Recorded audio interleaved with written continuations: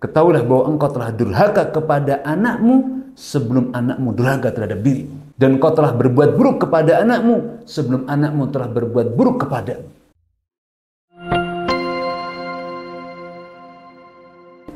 Bismillahirrahmanirrahim. Assalamualaikum warahmatullahi wabarakatuh. Alhamdulillah wassalatu wassalamu ala Rasulillah wa ala alihi wa ashabihi wa mawalah wa ba'd.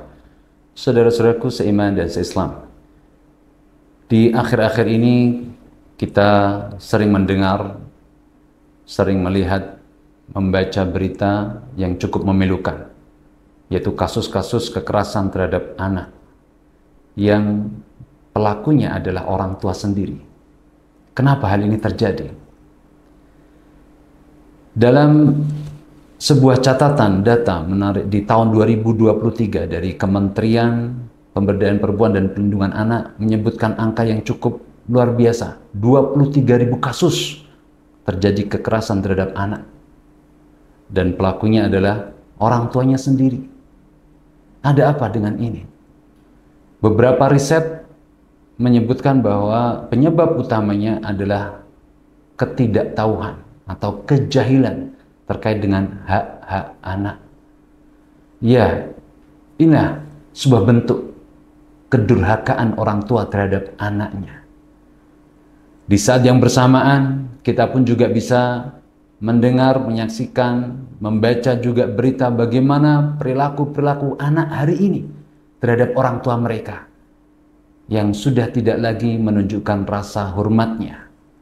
Bahkan di antara mereka ada pula yang melakukan tindakan yang di luar batas terhadap anaknya. Tentu saja kejadian ini, fenomena ini, perlakuan kedurhakaan anak dan juga perlakuan buruk orang tua terhadap anaknya menjadi sebuah hubungan aksi reaksi. Bahwa durhakanya anak itu tidak muncul begitu saja kecuali jikalau dia dipicu dengan adanya kedurhakaan orang tua terhadap anaknya. Disinilah kita kurang memperhatikan. Seringnya kata-kata durhaka itu senantiasa disematkan terhadap anak, namun kita lupa bahwa di sana ada orang tua yang juga durhaka terhadap anaknya. Nabi Muhammad SAW dalam sebuah hadisnya menyebutkan, kullu mauludin yuladu 'alal fitrah. Setiap anak itu dilahirkan di atas fitrah. Dan para ulama menjelaskan 'alal fitrah maknanya 'alal Islam. 'Alal fitrah maknanya adalah di atas iman, di atas Islam. Dilahirkan di atas Islam dan iman.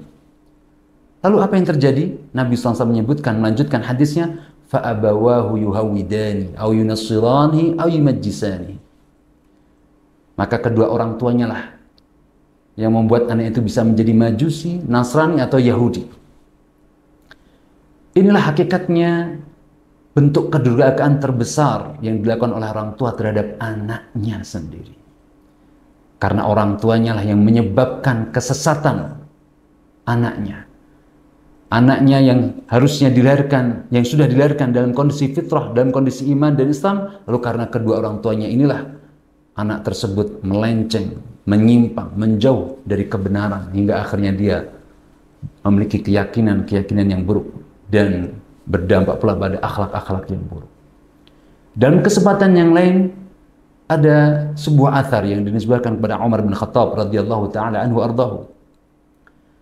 Suatu ketika ada seorang ayah yang mengadu dan mengeluh di hadapan Amirul Mukminin Umar bin Khattab radhiyallahu taala anhu. Ya Amirul Mukminin, wahai Amirul Mukminin, aku mengadukan dan mengeluhkan kepadaku tentang kedurhakaan anakku terhadap diriku. Dia melakukan ini, itu, dan seterusnya. Lalu Umar bin Khattab meminta kepada sang ayah tadi untuk menghadirkan anaknya. Dan saat dihadirkan anaknya, lalu Umar bin Khattab radhiyallahu anhu memberikan nasihat kepada, wahai anak, jangan engkau berlaku durhaka kepada orang tuamu, jangan engkau melakukan ini dan itu, dan seterusnya. Lalu sang anak tadi pun berkata, wahai Amirul Mukminin, bukankah anak itu memiliki hak yang menjadi kewajiban bagi ayahnya? Oh ya, tentu. Lalu apa itu hak-hak anak yang harus dipenuhi oleh seorang ayah? Lalu Umar bin Khattab pun menyebutkan hak-hak anak yang harus dipenuhi oleh ayahnya adalah yang pertama, memilihkan yang terbaik ibunya. Yang kedua, memberikan nama terbaik untuknya. Dan yang ketiga, mengajarkannya Al-Quran, mengajarkannya Islam, iman. Lalu apa jawaban anak tadi? Sang anak tadi pun menjawab, wahai Amirul Mukminin, ketahuilah bahwa ayahku tidak pernah memberikan satu pun dari tiga hal yang kau sebutkan tadi. Ayahku memilihkan untukku ibu yang buruk, dari kalangan budak yang bodoh dan buruk. Dan ayahku memberikan namaku nama yang terburuk. Dan ayahku belum pernah mengajarkan kepadaku satu huruf pun dari Al-Quran. Mendengar jawaban anak tadi, Umar bin Khattab radhiyallahu anhu lalu menoleh ke ayah. Wahai orang tua, benarkah perkataan dari anak ini? Dari anakmu ini? Sang ayah pun menjawab, ya benar wahai Amirul Mukminin.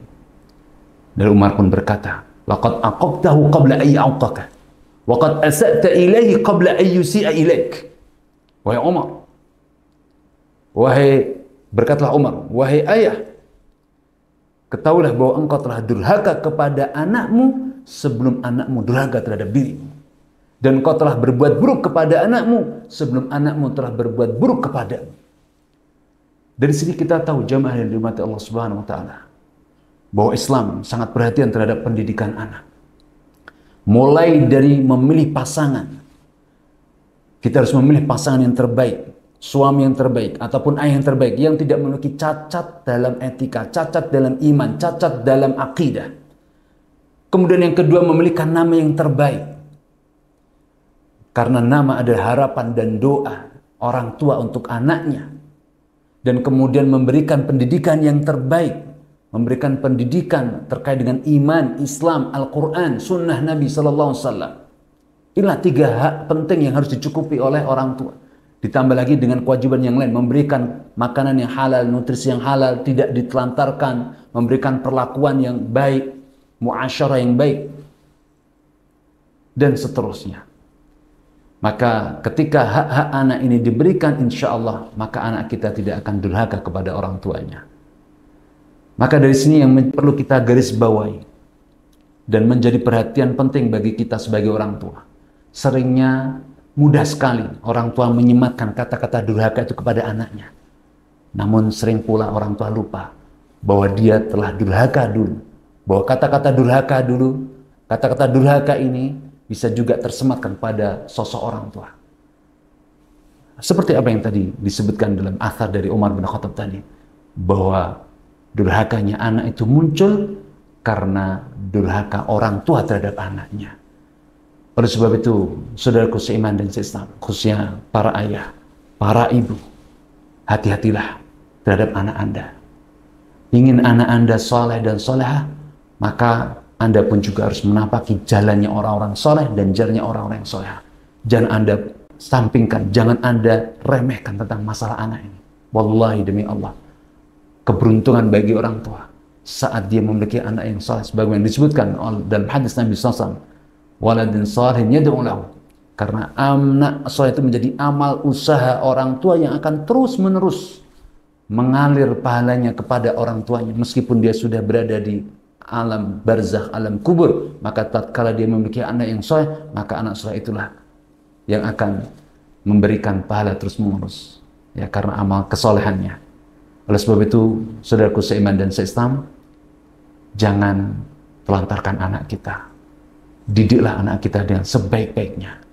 Berikan yang terbaik untuk anak kita dari kasih sayang kita, dari tempat dan pendidikan kita. Dan wujud dari kasih sayang itu adalah kita betul-betul memperkenalkan Islam ini kepada anak-anak kita. Semoga Allah Subhanahu wa taala menganugerahkan kepada kita anak-anak yang soleh, dan semoga Allah Azza wa Jalla memberikan kepada kita taufik dan dia sebagai orang tua menjadi orang tua yang soleh juga. Barakallahu fiikum wa sallallahu ala nabiyyina Muhammad wallahu alam bisawab. Wassalamualaikum warahmatullahi wabarakatuh.